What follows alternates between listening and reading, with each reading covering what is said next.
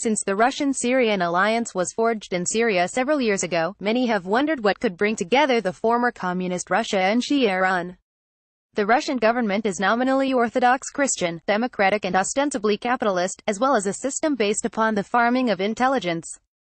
Iran, meanwhile, is a theocracy unmatched in the world since the Middle Ages, when the clergy controlled everything.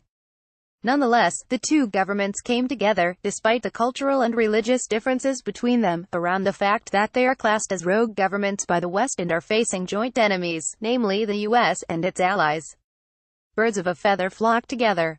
The only two states that have allied with the most crooked regime in the region, that run by Syria's president, Bashar Al-Assad, are Russia and Iran.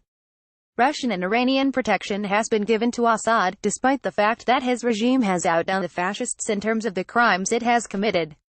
However, nothing is impossible in politics as long as there are mutual interests. The Iranians are known for being pragmatists and realists, despite the fact that they govern according to their religious beliefs.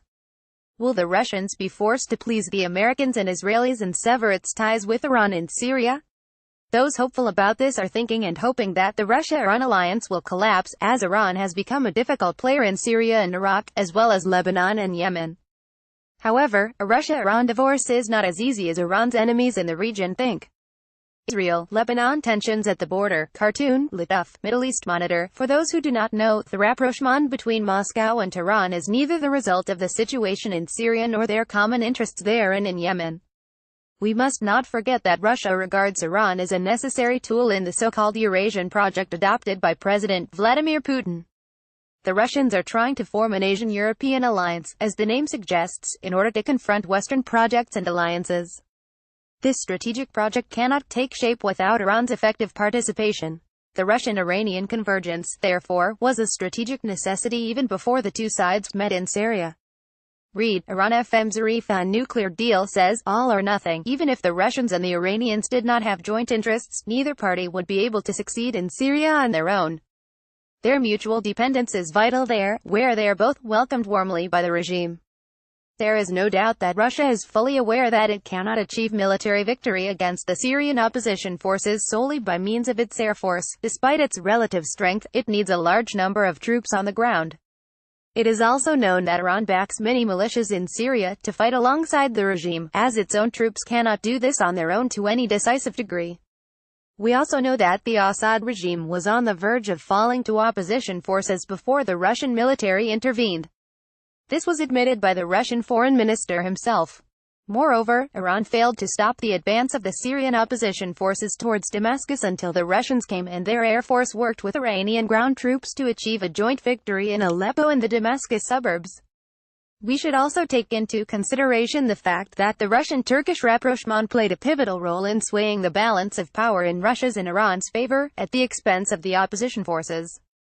Some believe that Russia can sell out Iran in favor of Israel since Moscow is closer to Tel Aviv than it is to Tehran. However, Iran's supporters believe the opposite, that Russia is using the Iranian militias in Syria as a boogeyman in order to scare the US and Israel. The closer that the Iranian militias get to the Israeli border with Syria, the more that Tel Aviv is forced to put pressure on the US to back off from Russia in the Ukraine, Syria and other areas. Analysts have noted that there is a very strong understanding between Iran's Supreme Leader Ali Khamenei and Russia's President Putin in this regard and other issues. Read, Israel on high alert in anticipation of Iranian retaliation for airstrike. We should not count on weakening the Iranian presence in the region, as Iran is a strategic necessity for the US and Israeli project. It is enough to know that the Sunni-Shia conflict sponsored by the evil forces in the region cannot flourish without Iranian influence, and that the systematic devastation and destruction that began in Iraq and spread to Lebanon, Yemen and Syria can only be achieved with the Iranians. Translated from Al-Quds Al-Arabi, the 21st of April 2018. The views expressed in this article belong to the author and do not necessarily reflect the editorial policy of Middle East Monitor.